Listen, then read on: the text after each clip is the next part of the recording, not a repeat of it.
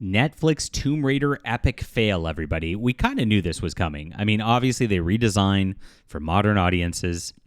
They turn Lara Croft into something you wouldn't even recognize the character as Lara Croft, and then it fails every single time. But they're going to keep doing this. This is Netflix, guys. So it's not just going to stop here. You can see her two kind of semi-homosexual companions in the background with that are kind of multi-ethnic out there too. It's more than just the fact that they got rid of her you-know-whats. Which is, the main thing that draws everybody to Tomb Raider in the first place. But this is a bastardization of just something that everybody loved. They love to do this. This is like the entire demoralization strategy of the media in a nutshell. They go after something you love, something that you remember, something that you have nostalgia for. They change it completely, and it's a skin suit that has the name on it. And then you're told you better accept it, bigot, or else. And wow, guess what? It failed again. I'm sure they're going to come out and make some rant against racist, sexist bigots out there again, like they usually do. This is what they always do. They always cry foul when they're the ones who are attacking normal people. We'll get into the news in just a moment. Please hit that like and subscribe button. Join us here, my friends, as we fight against these awful people in the culture. I have a newsletter as well. I write my own fiction, and if you enjoy some great stories, that is some great fun. I have a graphic novel and 2 books for you, fantasy and science fiction. Little something for everybody, because I'm a prolific writer here, and I'd love to get you on the newsletter. Check these things out. It's in the description below. I've also got an Amazon page and a subscribe star if you want to check out my other work too. I really appreciate everybody who does so. It's been a wonderful, wonderful few months. All right. So Tomb Raider's The Legend of Lara Croft appears to be a massive failure. Surprise, surprise, my friends, as the failed to chart on Netflix's top 10 list the week it debuted on the streaming service. This has been quite the year for woke entertainment, if you think about it. We started off with, of course, Doctor Who, which replaced the Doctor with a gay black man of doing his thing. And then on top of that, it went to Star Wars The Acolyte. And with Star Wars The Acolyte, we had a lot of problems, where it was just a lesbian witch coven pretending to be some sort of Star Wars show. That didn't work out for them either. So after that, we have Rings of Power, which is like Tolkien, but not Tolkien. We've seen that many times before, and we saw how that failed in the ratings as well. Then we have Agatha All Along, which is, the MCU's lesbian witch show, and that one actually failed in the ratings worse than anything we've seen in the MCU so far. Wild stuff, but it's the year the woke is failing all the way around. 2024, they're just trying to put out product after product like this to try to bastardize everything you love. Like I said, it is a demoralization strategy. I mean, when you look at just like the global amount of all of this happening, it's pretty obvious what they were attempting to do. They really thought they could make this giant push in culture. They've been pushing it for multiple years, and they thought, you know what, we're going to do it all at once, as hard as freaking possible. And once we get this all done, they're all going to be completely brainwashed, subservient little drones with they, them pronouns. All of you are going to be turned into androgynous blob beings for them to, I guess, just like park in front of screens for a long, long time. That's what they thought. They thought they could control everybody, but nobody tuned in because they did push too far. So Tomb Raider, Legend of Lara Croft appeals to be a massive failure as the show failed to chart on Netflix's top 10 list this week when it debuted on the streaming service. The show failed to generate 1.8 million views, which was the amount of views the Prison Break Season 1 generated after their October week. Tomb Raider, Legend of Lara Croft debuted on Netflix on October 10th. Not in the top 10. You can see it right there. Absolutely crazy. Not only did the show fail to chart in its first week, but it failed to chart in its second week as well, which we figure. What happens is the first week, they always have their biggest numbers. If you looked at The Acolyte, they were bragging about their first week, saying it was great that they had the youth demographic, even though it was lower than Ahsoka, even though it was lower than everything else out there. And then it eventually did drop off the charts because people tune in less for subsequent episodes. They don't tune in more. On a note, the animated series Gundam Requiem for Vengeance Season 1 did chart with 2.4 million views. So it's not an animated thing. That's how they'll try to couch it this time, because they always like to move the goalposts when they talk about these numbers to be like, oh, it's actually a success for an animated show. So it's not, because the Gundam show actually did pretty well. They'll lie about that as well. It's not surprising the show did not chart given initial reactions to the show's first trailer, released back in August. They had 17,000 dislikes, 10,000 likes, with only 325,000 views on the trailer, meaning this is something nobody was excited for, nobody asked for, as we are very well aware.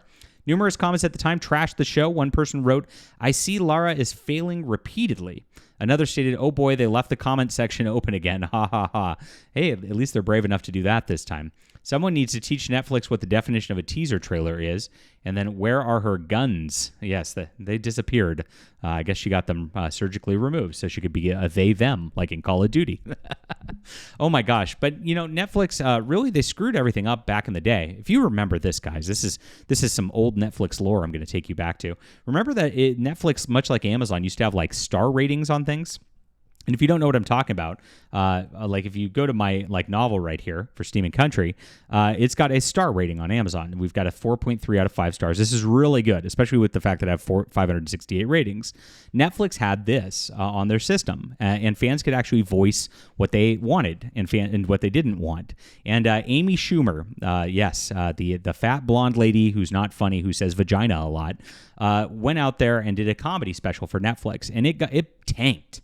And because nobody liked it, nobody wanted that sort of thing, and of course the ratings were low, they removed that ability to even see what the user ratings were, just to try to force you into the agenda and force you to like things and force you to think that things are popular that are not popular.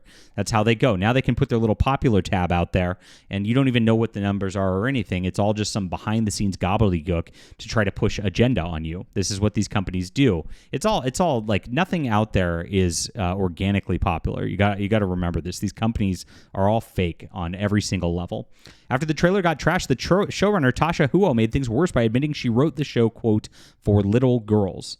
She was action adventure shows. That's great. She was asked by IGN's Katie Rell if making the series animated allowed it to be seen by younger audiences. She says, "Yeah, we hoped everyone could watch it. If you played this game, if you have young kids, if you could sit and watch it and enjoy this world with them. It's sort of a gateway drug to playing video games if you're younger, but I definitely wrote it for us, for adults, for people who played the games their whole lives and really enjoyed it." And so they themselves are very adult. Unfortunately, they did just change the design of the character. I mean, as much as I appreciate and would like actually more content to be for all ages, and I would hope that there's less woke stuff in it, the fact that they just made it something that doesn't even look like what the game was is going to hurt this sort of thing when they talk about this sort of thing. There's still a lot of violence, but the animation does allow it not to feel as graphic, so it creates a bigger space for more people to enjoy, which hopefully they do. And here's where it goes crazy. It's not for everyone, after all. I'm writing it for little girls as much as I'm writing it for big girls. Yeah, the big girls, the big fat white ladies that they're trying to cater towards, the cat ladies, is really what this is about. It's not for everyone. It's not for families. It's not for people who enjoyed this game, who are mostly a male demographic. Let's be honest about that. It's just everything has to be a property, quote, for girls at this point. Every male property has to be for girls. Everything just is that juncture. It's very, very crazy what they're doing on top of things. And it shows that they don't understand the properties. They don't understand how to write these characters. They don't understand what to do with these characters. They don't understand what makes them popular in the first place, because this is not a Barbie movie. Lara Croft is not a Barbie situation. It is a action-adventure game, again, which was geared towards men. And those men liked certain assets. Imagine that. That it's really weird. And of course, it's a woman who writes this, because what happens is these women get sensitive, even about 2D characters. They feel threatened by them, and so they have to make them look less sexy because they feel threatened themselves. It's such a weird way of thinking. I've never seen a man work that way. I'm writing a graphic novel, and what do? I make my Space Marine dudes as beefy as freaking possible. I make them like badass, muscular with giant guns, something that's super alpha, because it's cool. I mean, I just don't understand wanting to compete against a 2D character. But hey, these are the women they hire at Netflix. On top of this, she admitted Lara Croft was a cold figure because she had previously been written by men. Oh no. I think it was fun to be able to have one scene where she does an incredible feat of strength or agility or what have you, the Lara thing, then another scene where she's hugging a friend and emotional with them. She missed the mark 100%. I think that's something we wanted to explore in terms of Laura's womanhood. Wow, stunning and brave, everything. Because historically she's been written by men, she's been kind of this cold figure, and no, she's not like that. Well, she is. This is what the character was, and this is where you have a problem, because you're trying to redefine the character and make her be something different, and that's why this failed, and that's why it's going to continue to fail. Pretty obvious. You have your woke white woman friend on the left right there. Oh my gosh, this is so painful. And of course, your diversity males out there who are orbiting around her. This is just like some woman fantasy, and nobody wanted it. Leave a comment down below with what you think about this, my friends. Hit the like and subscribe button, and please sign up for my newsletter in the description below. Grab some great books. Really appreciate you being there. We'll be back soon.